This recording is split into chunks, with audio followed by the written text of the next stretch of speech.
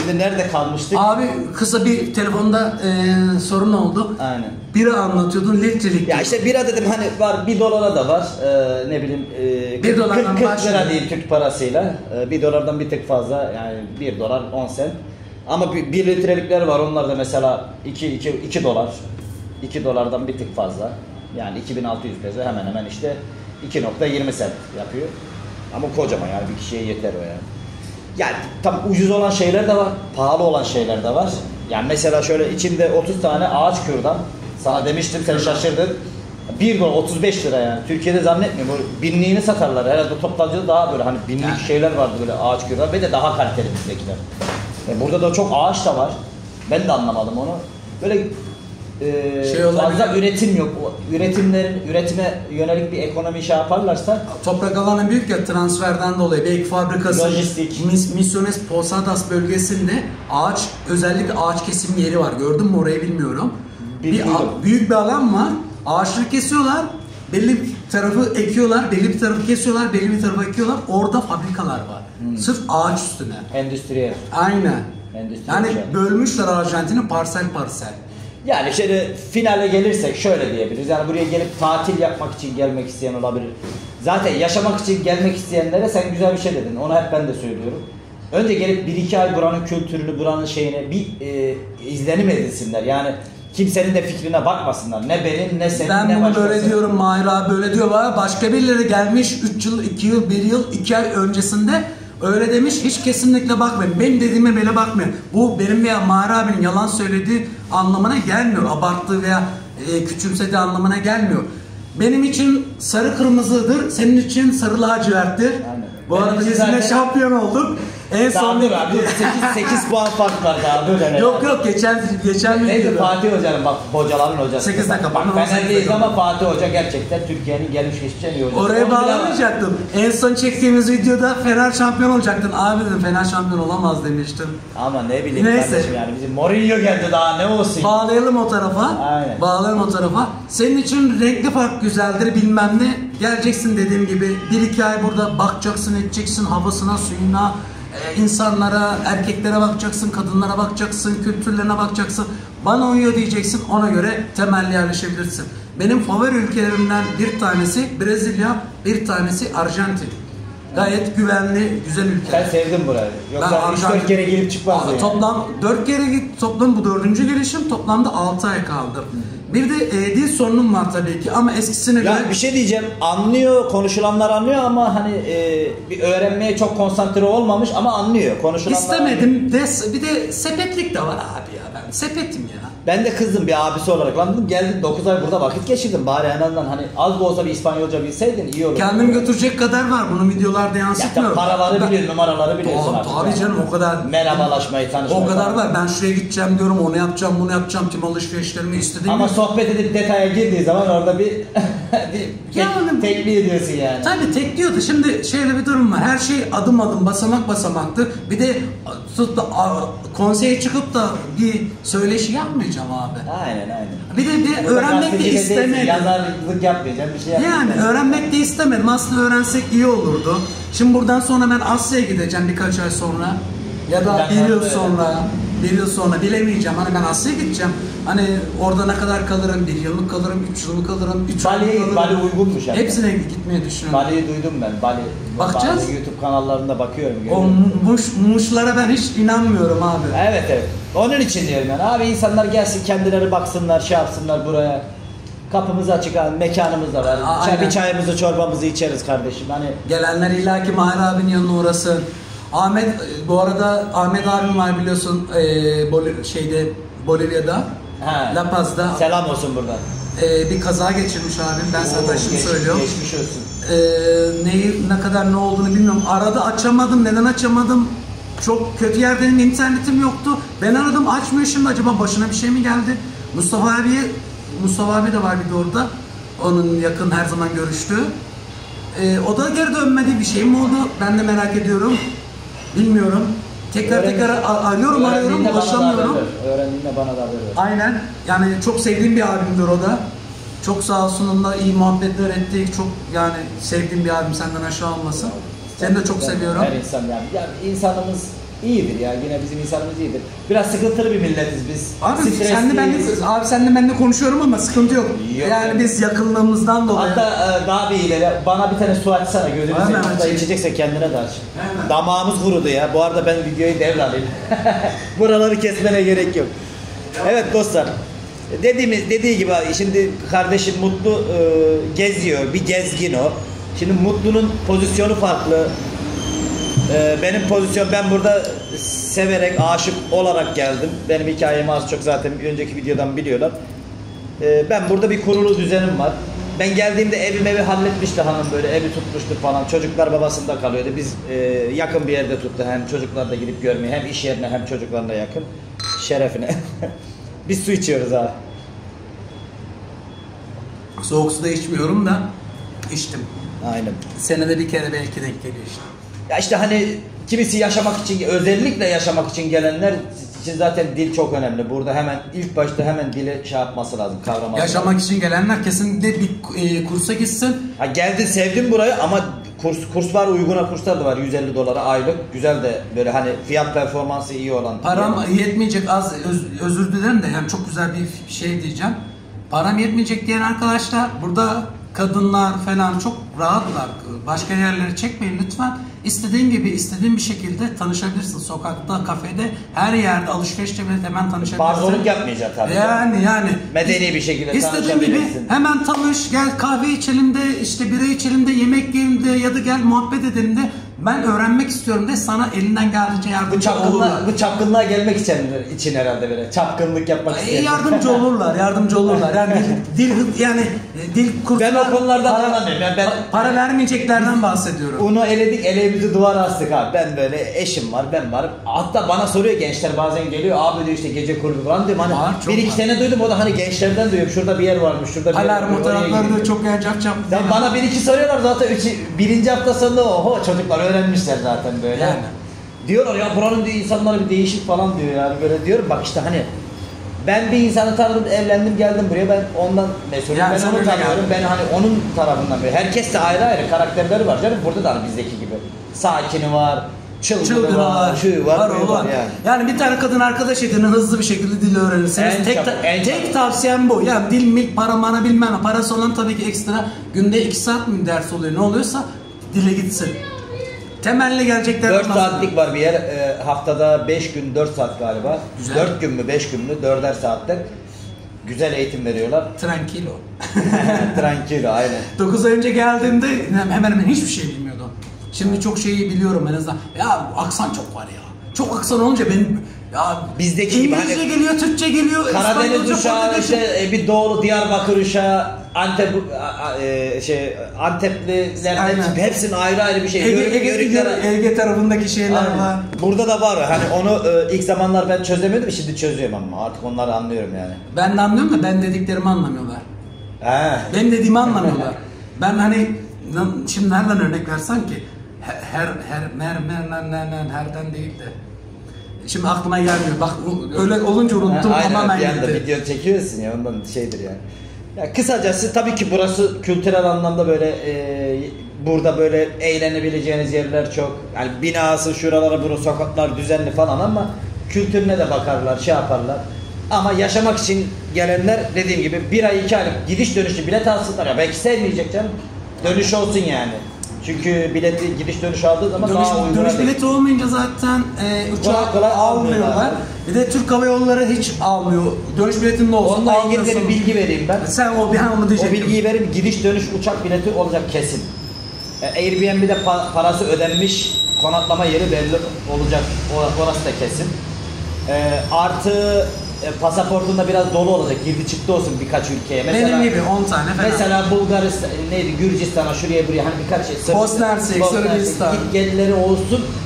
Daha pasaport almışsın bir hafta önce, hani belli sen buraya kaçacaksın. Buradan bir yolunu bulup Meksika'ya gideceksin, kaçacaksın. Hani buraya da gelip buradan Meksika üzeri. Buraya geliyor adam, oturumunu alıyor, hemen prekarya veriyor. O bir oturumdur yani, geçici de olsa. Tık hemen Meksika'ya gidiyor. Az buçuk İspanyolca da öğreniyor. Oradan Amerika'da şu anda mesela. 4. girişimde beni sorguya çektiler. Aynen. Ben 15 dakika falan pasaportumu içeri aldılar, odaya gitti falan. Beni oturttular, ettiler. Dedim ben telefon numaram orada, bilmem ne orada, YouTube'umu açtım. Sen dedim ne sordun? Ben kızdım onlara artık. Ya, Türk Hava Yolları'nda özellikle. Hayır, karadan girdim ben. Buraya 4. girişim. Ya benim bahsettiğim Türkiye'den gelenler için, ilk gelenler için o gerçekten. Beni bile sorguya aldılar yani düşün. Aynen. Kaç tane sende şey yani pasaportta oradan giriş var, çıkış var, bilmem ne var. 4. girişim. Hepsini görüyor bilgisayarda. Ben de görüyorum. 4 kere girmişim, çıkmışım. Ettiler, geç dediler. Zaten yeşil pasaport olanlar direkt yani. Lafını kesmiş gibi oldum galiba da. Hani gelecekler şimdi dönüş bileti olacak. Airbnb'den parası ödenmiş bir yer olacak. Aynen. Ondan sonra başka ne istiyorsun? Birkaç tane pasaportuna giriş çıkışlı bir yerler olsun. Aynı firmadan gidiş dönüş uçak bileti. Tabii aslında. ki. Yani birini Etiyopya'dan aldım, birini Türk Hava Yolları'ndan ucuza geliyor diye değil, sakın ha. İkisinde Emirates de var, şey de var. Hatta Emirates'te o kadar da kolay sıkıntı çıkarmıyorlar. Bir tanesi öyle ondan gelmiş falan böyle. Duyuyoruz, duyurular alıyoruz. Yani böyle dostlar hani çünkü sıkıntı yaşayanlar oldu. Bunu da hani onun için özellikle söylüyorum. Abim şey var. Mahir abiyi biraz gözlemledim. 9 ay önceki haliyle şimdiki hali çok farklı geldi bana. Neden çok farklı geldi? Baya yani o tabii ki epeydir burada mı? Çok daha alışmış buraya. Tabii çok daha alışmış, çok daha İspanyolcuya hakim, çok daha akıcı İspanyolca aslında konuşuyor. o zamanda da vardı da o zaman hep Türkler geldiydi sen ya. Etrafımda hep Türklerle konuşuyordum. Aslında o zaman da vardı dilin de. Tabii ki bu İspanyolca şöyle. Ben 70 yaşına geleceğim ve hala öğrenmeye devam edeceğim. Tabii ki. Binlerce kelime var abi. 50 bin kelime Biz var. de Türkçe bilmiyoruz ama bakarsan bazı kelimeleri duysan Türkçe'de o ne deriz yani. Hatta bazı şeyleri ben unutuyorum ya, acaba şunun adı neydi diyorum. Çok yapıyorum onu, çok unutuyorum. Kesmiyorum, biçmiyorum oraları da. Ben doğal olarak çektiğim için. Aynen. Ya mesela şu işte neydi acaba diyorum, acaba hay Allah aklıma gel. Salam diyorum. Salamın ismini unutuyorum. Aynen. İşte şu tribüşon mesela. Biz ne diyorduk buna? Tribüşon. Gibi unutabiliyorum. Gerçekten unutuyorum. Ya şimdi tabii dil olayı önemli yaşamak isteyenler için. Dostlara tavsiyem odur. İyice de analiz yapmadan sonuçta önemli bir karar yani. Turist olarak gelsen de sonuçta Latin Amerika ülkesi burası. Yani. Burada mesela Kapital Federal tehlikesizdir ama bir tane bir yer var Retiro'da. Kaşe 31 diyorlar. Kaşe 31. Otogarın olduğu çevre. Otogarın bak ben sen biliyorsun orada burada sıkıntı yaşayan o sokağa yanlışlıkla girer ki sokakta bas bağırıyor girme diye. Genç bir arkadaşım. Ben yanlış yani yine büyük konuşmayayım da ben abi Brezilya'da favelalara girdim. Brezilya'daki favelalara halt etmiş yanında. Bak tüylerinde kendi kanı oldu buradaki favela. Brezilya'daki favelanın yanında halt etmiş. Öyle bir şey artık dünyada artık hiçbir beklentisi kalmamış, uyuşturucu bağımlısı işte hayat kadınları ne bileyim böyle ne bileyim sokak. Yani öyle böyle kötü değil. Öyle böyle kötü değil yani böyle bak kendi kanı olduğu genç bir üzere. çocuk dudağına dikiş atılmış dedim sen ölmediğine dua et dedim yani. Çok seni kötü. öldürürler orada. Çok kötü. Orası çok meşhur. Burada hani biliyor polisler bile biliyor. Meşhur yani. Famoso diyorlar yani. Kaşı 31. Tukuman biraz sıkıntılı. Tukuman 50-50 yarı yarıya. Tukuman bayağı sıkıntılı. Kongrese Tukuman diyorsun. Saltanın berisinde Kordoba'nın yukarısında. Provincia'dan bahsediyorum. Tukuman da sıkıntılı, bu bilgiyi daha öncelerden verdim, yine de vereyim. Rosario'nun belli bir bölgeleri sıkıntılı. Rosario'nun kapital değil de ana merkez değil de çevresindeki o şehirler bayağı sıkıntılı. Rosario orada sıkıntılı. Başka Arjantin'de başka büyük sıkıntı yok. Cordoba sakin bir yer. Mendoza. Küçük sıkıntı var Cordoba'larda. Dikkat edilmesi gerekiyor. Ondan da Salta'ymış, Tucuman'mış, Mendoza'ymış. Peki buradaki bu sıkıntıyı kim yaratıyor? Arjantin'in yerlisi değil biliyor musun işte? Venezuela'dan, Kolombiya'dan buraya gelmişler böyle bu dışarıdan göç edenler. Hırsız işte motochorro diyor, motor hırsızlar şunlar bunlar işte karteller. Buranın da yasalarından faydalanıp 16 yaşında küçüklere cezai müeyyide yok ya. Veriyorlar uyuşturucu çocuklara. Ya bir telefon için insanları öldürüyorlar. Yani motor hırsızları var mesela. Şu an yavaş yavaş azalıyor. Şu an Milei biraz düzeltiyor. Onu da tabii abi kolay değil. Hem yani yasayı değiştiriyorsun, şey yapıyorsun. Hatta bu El Salvador'da bir tane şey var. Neydi adamın adını? Hiç bilmem kaldı. Duydum gençten bir adam mesela bütün mafyaları falan filan toplamış artık. Bir tane suçlu dışarıda kalıyor. Hepsini içeri atmış adam mesela. Millet şimdi rahat dışarı çıkıp geziyor orada mesela. Benim bildiğim şu, suç başlarıyla anlaştı. Sizlere dokunmuyorum. Altınızdaki tüm adamlara dokunuyorum. Yok ediyorum. Sizler de aldığınız paranızı diyor. Çalışacaksınız da ben de çalışacaksınız diyor. Öylelikle ülkeyi sakin, güvenli bir pozisyona getirdi. Başları almadı. Çoğunu almadı. Ben öyle biliyorum. Öyle mi duydun? Ben öyle biliyorum. Hani bu yalan da olabilir, dolan da olabilir. Ben Ahmet'in Mehmet'in dediği bu. Yani Türkçesini konuşayım. El Salvador ülkenin adı. El Salvador, evet. Bu suç çetenin başları var. Çağırdı, gel abim dedi. Başları dedi ki size dokunmuyorum. Altınızda ne kadar pislik varsa yok ediyorum dedi. Yok etti. Her köşe başları polisler gibi bilmem ne gibi güvenlik güçleri yaptı. Başlardaki adamlarla da anlaşınca yapacağım parayı da yaptın dedi. Sana da şöyle iş yaparız, bir şey yapacağız. Artık hani şeye geçin dedi, iş adamlığına geçin dedi. Hani bizi Koç Holding bilmem ne gibi. Ya adam işte bir şey deniyor öyle, dur bak. Denedi, ülkeyi temize çıkardı. Ama sonrasını bilmem. Benim öğrendiğim, bildiğim bu. Sen nasıl biliyorsun, sen de onu anla. Tabii burası Brezilya kadar, orasının o eski hali Kolombiya kadar şey değil ama buranın da tehlikeli yerleri var yani. Bayağı var, bayağı. Böyle sormadan, bilmeden böyle iyi bilen birilerine benim yanıma geldikleri zaman ben derim şuraya gitme, buraya gitme, şurada dikkat ol. Bodoslama bir yere gitmeyin. Yani paranızı nerede bozdurabilirsiniz? Sahte para çok veriyorlar mesela. Ona dikkat edin. Paradan bahsettik mi biz? En büyük para 20 bindi. 20 bin yeni basıldı. Bu arada yeni basıldı. Aynen bahsetmiştik galiba. Aynen. Var mı cebinde 20 bin? Yok. Yok. Bende de yok şu an. Evde var da hanımda Tamam. vardı onun. 20, en büyük para 20 bin, 20 dolar yapıyor arkadaşlar. En son geldi. Hemen hemen yani 19-18 dolar yapıyor. Sen seviyorsun düzenlemeyi. Sen küsürü sevmiyorsun. Ya 1 dolar 1000 peso işte normal kurda. Ben buraya 10 ay önce işte bir yıl önce geldim, en büyük para 2000 basılmıştı. Şimdi geldiğimde 20 bin basıldı. 10 bin var. 10 bin var, 20 bin var. Ve hepsi de birbirine benziyor. Dikkatini çekti mi? Evet, hepsi Lan renkleri bile birbirine gri benziyor. renkti. Yani gri, mavi tonu falan böyle. Yok ki. Para cepte para yok. Çıkıp göstereceğim. Kasada var benim. Kasadan al getir istiyorsan. Abi gösteremem. ben hiç sürmüyorum. Lan al Ondan değil. oğlum ya. Abi Uğur hesabı. Ha. Uğur hesabı Yani- yoksa ben buraya kasayı getiririm buraya. Ya şeyde çekmeceye bas orada zaten var. Onluk da var Hepsi ikilik de. abi, hepsi. Okay. Allah'ım yarabbim ya. Tamam abi tamam. Getir 2 tane göster. Sırf örnek olsun diye. Sen anla. 10 bin de var, 2 bin de var. 2000'i bilen vardır zaten de. Yandan mı açıyorsun? He, yanda üstte düğmesi var. Sağ üstte. Ha açtım. Heh. Ha buldum bir tane. Bakalım neler var başka. Sen konuş abi ben geliyorum. Bir tane bir şey buldum getiriyorum. Bir 2000 bir 10 bin getir millet anlar nasıl bak. Birbirine Evet. nasıl yakın. Renkleri benziyor yani. Çok az. Ben zaten şeyler çekmiştim. Şu arkadaşlar 2000 en son geldiğimde burada vardı. Şöyle yakından göstereyim de arkası da böyle. Ha, burada resim biraz grimsi mesela. Gri ve böyle pembe tonu var. Mesela Evet. şurada mavi ve mor tonları var. Hemen mesela. hemen aynı. Ama şey olaraktan böyle hani Baktın mı? gözünü iyi görmüyorsan Aynen. karıştırabilirsin yani. Alelacele değil. İyi okumadan şey yapmayın böyle. Bir de 20'lik var, buna benziyor. 10.000'e daha çok benziyor. O da biraz daha grimsi, mavimsi.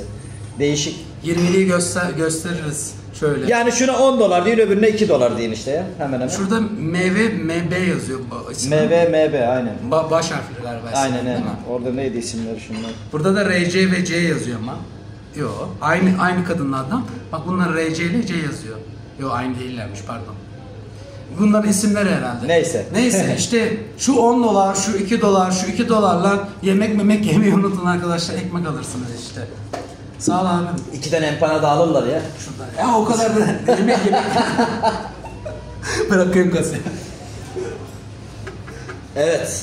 Şimdi kardeşim de tabii kısıtlı imkanlarla ucu ucuna yaşıyorsun ha.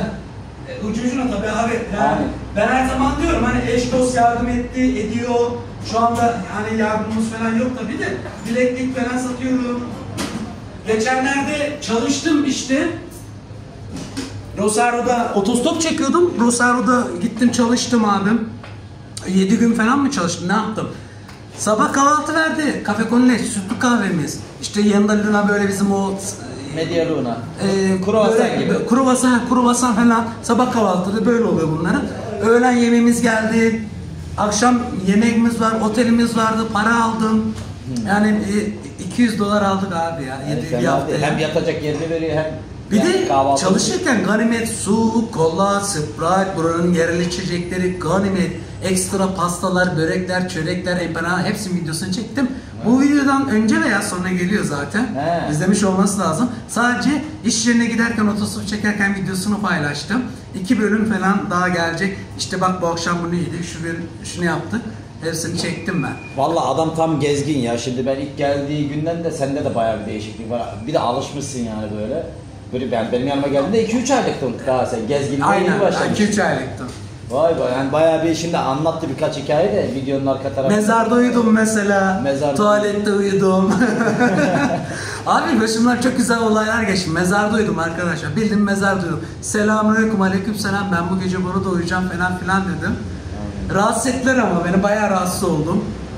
1,5 saat falan uyuyabildim. Sonra 100-200 metre ötede bank neydi onun adı? Otobüs durağı. Otobüs durağında uyudum sonra. Kapalı mıydı?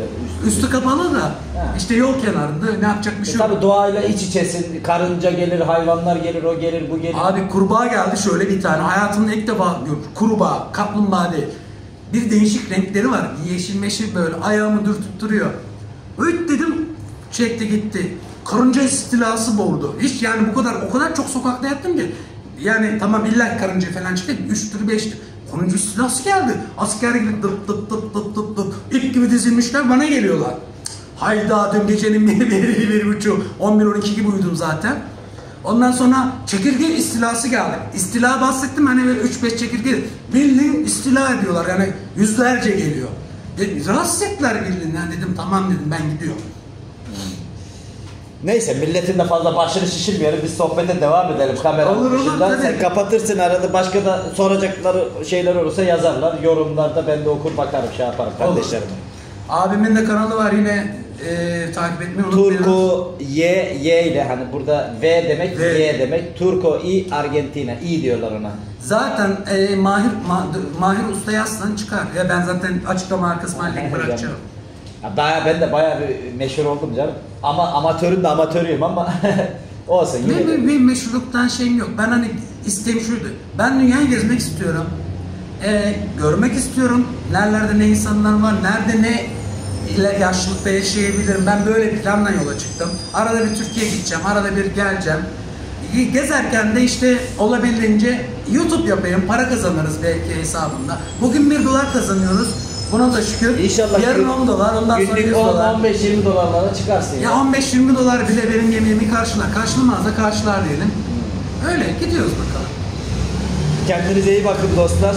Ben finalin kapanışı yapsın diye yok kapanıştan bir şey yok. Bir sonraki videoda görüşürüz. Bir sonraki. Özür dilerim. Can alıcı hani unuttuğumuz ne varsa bir şey varsa söyle. Vallahi şu an aklıma da gelmedi ama konuşacağımızda konuşacağız gibi geldi. Pardon kapatmayalım. Ben şunlar var.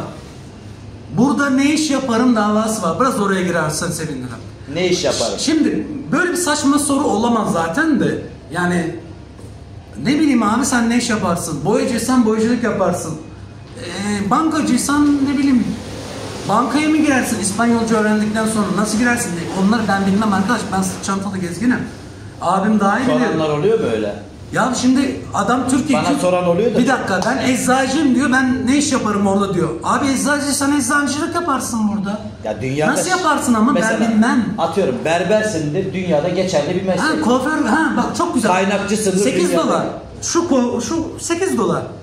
Sakalı da yaptın $10 alıyorsun. Fiyat bu. Yarın $10, 12 dolar olacak. Yani geçerli mesleğin vardır tabii, mesleki dili öğrenirsen yaparsın, çalışırsın. Yani ehliyetin var mı, yok mu, motor sürüyor mu, sürmüyor mu? Dünyada en çeşitli iş var arkadaş. Mesela ben araba tamircisiysen. Yani ya bildiğim bu meslekler zaten herhalde marangoz musun? İyi para kazanıyorlardır zaten bu meslekleri yapanlar da orada. Ya ben yani şöyle bir durumda bazı insanlar şu oluyor. Ya ben artık Türkiye'de yaşamak istemiyorum. Farklı ülkeye yerleşmek istiyorum diyen insanlar oluyor. Veya gerçekten çocuk 20-22 yaşında, bak çocuktan bahsediyorum. Yani yanlış anlamayın, artık gençlerden bahsediyorum.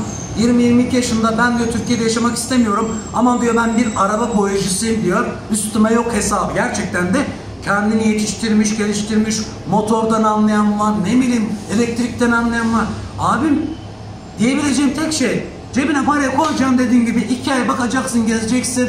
Mahir abinin yanına geleceksin veya Türkleri bulacaksın veya yerel insanlarla çeviri de olsa konuşacaksın. buranın algısı, enerjisi sana uyuyorsa tamam ben elektrikçi olarak burada devam edeceğim diyeceğim. Ya da kaporta boyacısı olarak devam edeceğim diyeceksin. Parası seni belki tatmin edecek, belki kültür tatmin edecek veya hiçbir tatmin ya etmeyecek. arabayla tamirle ilgili her şey tatmin eder, onu biliyorum çünkü burada çok pahalı. Adamlar arabası buruk geziyorlar ya. Belki Uber kadar. yapacaklar, ne bileyim belki taksicilik yapacaksın. Belki işte sen Türkiye'de ayakkabı satıcısındır, ayakkabı satarsın. Restoranın vardır, ya ben bu restoran Türkiye'de yapmak istemiyorum. Olduğu gibi restoran Türkiye taşı. Sen bir sarma yap, işte bizim yemeklerin ismini unuttum, görsen hatırlıyor musun? Pilav yap, kuru yap, yap oğlu yap. Zarar etmezsin ama tabii, ne kazanırsın ben ona bilmem. Öyle, bir de caddene bağlı. Aynen, Arjantin'de ha deyince de işler açamazsın yani, garantör istiyorlar, DNI lazım falan. Önceden onları da abi oturum alacaksın ki ancak DNI'nin olacak da ancak açarsın. Ben şunu bilirim. Hadi ben dilini de yedim. Dilini hani bir yanına yardımcı alırsın. Çevirdi, memirdi, dilinde geçtim. Dil öğren, onu da öğrenme. Ben şunu bilirim. Paran varsa yaparsın, paran yoksa bakarsın. Türkçesi bu. Tabii canım. Paran varsa yaparsın, paran yoksa bakarsın. Dünyanın her yerinde bu. Ben tuttum da benim 10.000 dolarım vardı, 10.000 dolarla burada yaptım, ettim. Yok abi, olmaz o iş. 10.000 dolara yer açar mısın? Açarsın ama sonrasını bilmem. Açamazsın bile ya. Ya mesela, Yani direkt geldin 10.000 doların var, nasıl açacaksın? Yok, kimlik soracak, senden 2 tane kefil isteyecek. Yok bir de da. evi olan kefil istiyor mesela. Adam iş yerini kiralar gibi. Anlatmaya çalıştığım olaylar bu. Yani ben 10.000 dolarla 20.000 dolarla geleyim, edeyim, gidin, dalayım. Yok yani. Yani paranı ziyan edersin. Ha, tamam, tatile gelirsin, biletini aldıktan sonra bir 2.000-3.000 dolarla dediğin gibi bir 2-3 ay burada kalırsın, adam akıllı, insan gibi bir eğlenerek de şey yaparsın, o arada analiz de edersin. Ha, evlilik yoluyla olur, biriyle tanışmışsındır, o insan sana zaten yardımcı olur oturum alma konusunda. Sonra bunlar hep böyle sabır gerektiren, zaman gerektiren şeyler. Zamanla işte kimliğin olur, şu olur, bu olur. Peru Arequipa daha, abimin adını unuttum. Bir yine abimiz var, restoranları falan vardı. Ondan konuştum. O çok güzel bir kelime dedi. Çipi değiştirmeden dedi Türkiye'den. Tabii canım, Türkiye'deki kültürel kafayla gelmeyeceğim. Çip yani kafayı değiştirmeyen kişi kesinlikle dışarı çıkmasın. O çip değişecek. O kafayı yapısı, hani bunun içine her şeyi atacaksın. Kadınlara bakışın, dine doğru bakışın. Ben sana git dinli ol, dinsiz ol demiyorum. Veya işte kadınlara hurra, git hemen herkesten ondan bundan ol veya olma demiyorum. Anlatayım, ne kadar anlayacaklar da. Anlıyorlardır canım. Geldiklerini anlarlar aslında. Bir değişim yapmadan buraya. Buralar yani, sadece buraya için de yurt dışı olmaz yani. Kültürel çarpışmalar çok olur. Aynen. Ona dikkat etsinler yani. Ben bile o kadar, sen de zorlanıyorsun, ben bile zorlanıyorum bazı şeylerde. Kaçıyorum, gidiyorum yani. Bildiğin kaçıyorum. Çok kültür çatışması yaşıyorum ben burada. Ya ben şöyle diyeyim, ben anlamaya çalışıyorum. Onlar için ne anlama geliyor? Ya bizim için uğraşmak istemiyorum. Ben artık kaçıyorum. Sen çünkü gezginsin. Çok uğraşma. Eskiden hani dibine kadar giriyordum, artık girmiyorum dibine kadar. Yani kameraya çekmiyordum onları, tabii ben birebir de açıyordum telefonu, Google Translate'i, ya sen şunu dedim, ben bunu dedim, ya öyle miydi, tartışma ediyorduk, bildiğin konuşuyorduk ama çok güzel geçiyor. Onları yapmıyorum artık. Vazgeçtim.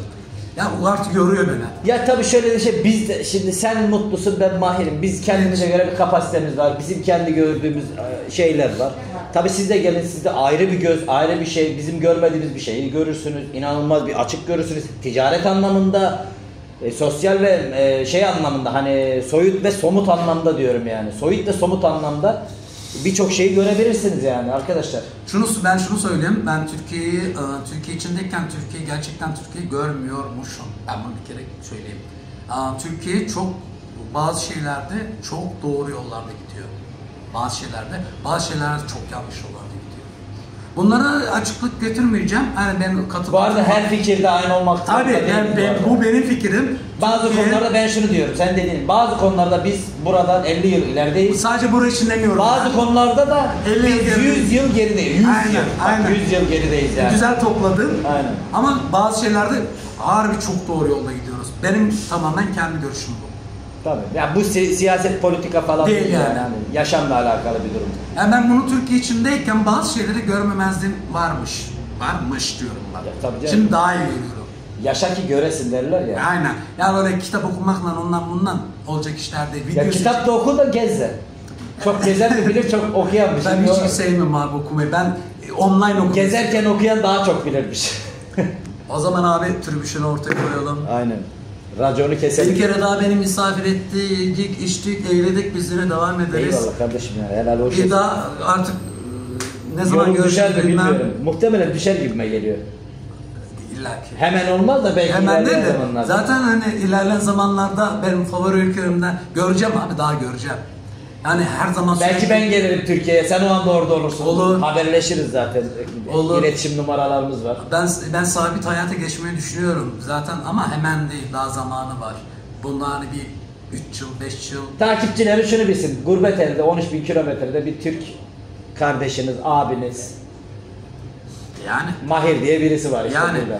aynen istediğiniz gibi çat kapı çıkıp gelin, olmadı buraya geldiğinde telefon edersiniz, hemen gelir atlar, motorum var. Motoru sattım ya. Sattın mı? Ben haberim yoktu. Sen geldiğinde vardı, sattım aynen. Ben haberim yoktu ondan. İşte araba yatlar gelir ya. Bakarız, o anda belki araba almış olur, belki şey olmuş olur. Abi kapatışı yap. Ben mi kapanacağım? Tabii kanal senin. Evet. Ay benim öyle şey egom kiberim yok, ben neyse uyum zaten. Değerli dostlar, Türkiye'deki dostlar, hepinize kucak dolusu sevgiler gönderiyoruz. Biraz başınızda şişirdik, uzun bir sohbet oldu ama Mutlu'yla biz bir araya geldiğimiz çenemiz düşüyor. Kusura bakmayın yani. Çok da severim kendisini. Bir kere gördüm, böyle sanki yıllardır tanıyorum gibi. Hatta senin adaşınla Mutlu Tok Yürek. Mutlu Tok Yürek Brezilya'da Tok Yürek var. vasıtasıyla Mutlu Tok Yürek. tanıştık. Mutlu Tok Yürek de ismini, onun isim versin, yani o kendi adını versin, benim için tamamdır yani. O söylemişti, ben yanına gelmiştim. Aynen. Yolda görsem seni tanımazdım. Aynen yani, ben de öyle, sen de öyle. Yani ama Mutlu'nun da değeri çok var yanımda. Teşekkür ederiz. O dedikten sonra tamam dedim yani. Sen diyorsan gelsin kardeşim, kapımı açıktır. Herkese bu arada açıktır yani. Buraya yolu düşen, turist olarak gelen, temelli gelmek isteyen olursa, bildiğimiz ne varsa, biz de her şeyi bilemeyiz canım. Ben de affedersiniz her boku bilemem. Bugün bunu diyorsun. 3 gün sonra, 3 ay sonra Değişebilir, yasa değişiyor. değişiyor. Tabii kaç Aynen. defa yasalar değişti burada. Benim bazı videolarım var, şu an geçerliliğini kaybetti bazıları. Ya dursun, yapacak bir şey yok, silme. Tabii canım. Yapacak bir şey yok. Tabii yapacak bir Ben şey yok. de 8 birkaç ay öncesinden kriz var. Ben şimdi artık kriz bitti diyorum. Tamam, kriz bitti Yüzde yüz gibi. bitme değil. Yüzde Bitti yüz ama. aynen. Milletin alım gücünü düşürdü, kemer sıkıyor ama doğru yolda diyor. Bence çok doğru yolda. Doğru gidiyor. yolda diyor. Gidiyor. Kendinize iyi bakın. Görüşmek üzere. Bir sonraki videoda dostlar. Abim teşekkürler. Ben teşekkür Çap çap. Kamera arkası burası. Ha, aynen şu anda şey yaparsın.